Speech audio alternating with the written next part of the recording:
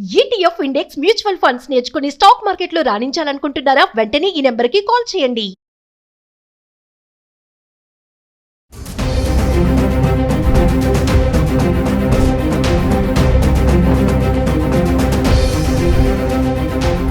నమస్తే, welcome back to Suman TV. ప్రస్తుతం మనతో పాటు ఉన్నారు consumers affairs committee chairman Mandadi Krishna Reddy గారు. సార్తో మాట్లాడదాం. నమస్తే సార్. నమస్తే అమ్మా. సార్, బంగారం ధరలు మొన్న మనం మాట్లాడుకున్నప్పటికీ 1,00,000 దాటేసింది, 1,10,000 చిల్లర ఉంది. మరి ఈరోజు చూసుకుంటే 1,02,000 చిల్లరకు వచ్చేసింది. మరి దీనికి గల కారణాలు ప్రతి వీడియోలో మనం మాట్లాడుకుంటున్నాం.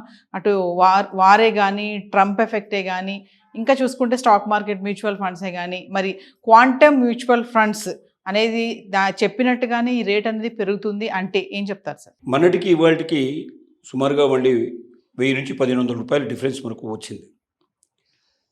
మెయిన్ కారణం మనకి ఇప్పుడు అన్వేషిస్తూ చూస్తే ఇజ్రాయిల్ ఇరాన్ మధ్య జరుగుతున్న యుద్ధం ప్రధానంగా కనబడుతుంది. అంటే ఇజ్రాయెల్ ఇరాన్ యుద్ధం వల్ల డాలరు రేటు ఫ్లక్చువేట్ అవుతుంది, డాలర్ రేటు పడిపోయే ప్రమాదం ఏర్పడింది. అంటే ఒకదానికొకటి లింకులు ఉంటాయి.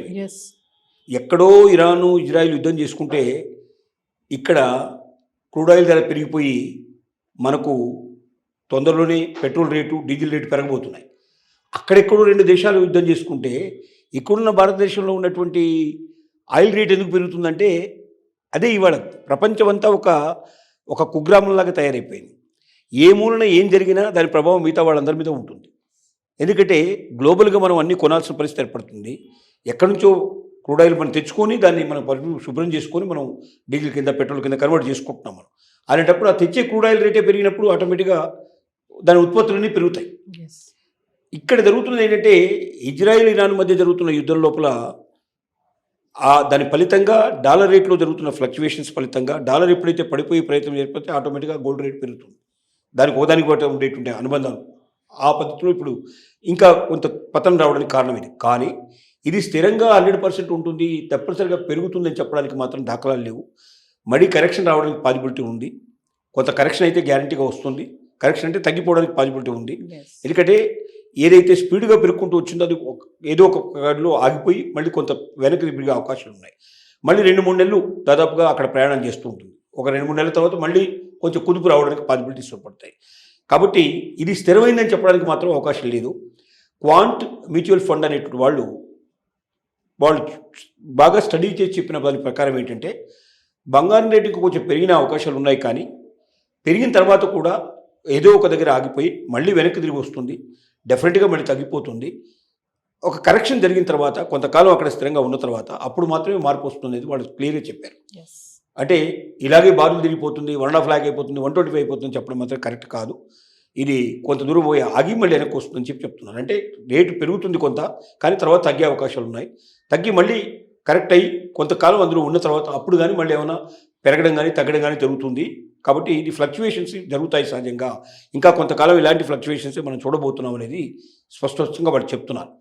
కాబట్టి బంగారం ధర తగ్గడానికి కానీ పెరగడానికి కానీ ఒక్క రీజన్ అని చెప్పడానికి వీలుపడదు. ప్రపంచవ్యాప్తంగా ఏ మూలన ఏ సంఘటన జరిగినా దాని ప్రభావం బంగారం మీద ఉండే పడుతుంది.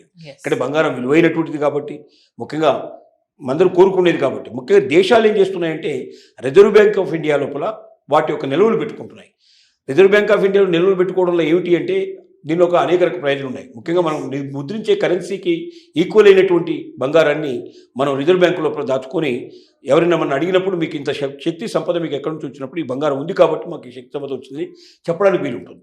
అలాంటప్పుడే ధరల్లో ఫ్లక్చువేషన్స్ రాని పరిస్థితి, మనం పడిపోవాల్సిన పరిస్థితి, మన జీడిపి పడిపోయే పరిస్థితి అన్నీ జరగకుండా మనం రక్షించబడతాయి. ఇష్టం వచ్చేట్టుగా మనం నోట్లు ప్రింట్ చేసుకుని మనం ఎవరికి వాడే వాడటం మొదలు పెట్టుకుంటే దేశాలు అప్పులు తెచ్చుకోవడం ఎందుకు, మనమే నోట్లు ప్రింట్ చేసుకోవచ్చు కానీ చాలామందికి అభిప్రాయం ఉంటుంది. అట్లా అప్పులు తెచ్చుకోకుండా మనం నోట్లు ప్రింట్ చేయడం మొదలు పెడితే దేశంలో డబ్బు విలువ చాలా తగ్గిపోతుంది. అంటే రూపాయికి దొరికేటువంటి వస్తువు అప్పుడు 10 పైసలు మనకు 100 రూపాయలు పెట్టినా దొరకదు, 1000 రూపాయలు పెట్టినా దొరకని పరిస్థితి ఏర్పడుతుంది. అంటే మనం ఎంతైతే ఎక్కువ నోట్లు ప్రింట్ చేసుకుంటామో అంత దారుణంగా మన దగ్గర రేట్లు పడిపోయే అవకాశం, రూపాయి యొక్క విలువ పడిపోయే అవకాశాలు ఉంటాయి. కాబట్టి ఎప్పుడు కూడా రిజర్వ్ బ్యాంకులో ఉండేటువంటి బంగారపు నిల్వలు బట్టి దీనికి మన ప్రింటింగ్ అనేది ఆధారపడి ఉంటుంది. అలాగే ప్రతి దేశం కూడా కొన్ని బంగారు నిల్వలు పెట్టుకుంటాయి.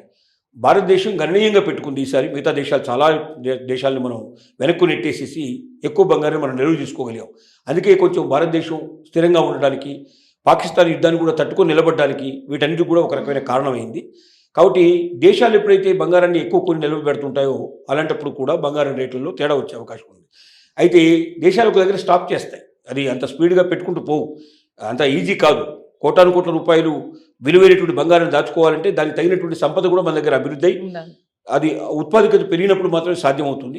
ఒకదానికొకటి లింకులు ఉంటాయి కాబట్టి దీంట్లోపల ఏది ఏమైనప్పటికీ బంగారం రేటు ప్రజెంట్గా ఉన్న సిచ్యువేషన్ నుంచి కొంచెం స్పీడ్గా ముందుకెళ్ళినా మళ్ళీ బ్రేకులు పడి కొంచెం వెనక్కి వచ్చి అక్కడ కొంతకాలం ఆగి కొంచెం ముందుకు పోతుంది. కాబట్టి కొనేవాళ్ళు చాలా జాగ్రత్తగా 1-10 సార్లు ఆలోచించుకొని కొనుక్కోవాల్సిందిగా మనం విజ్ఞప్తి చేస్తున్నాం. Thank you sir.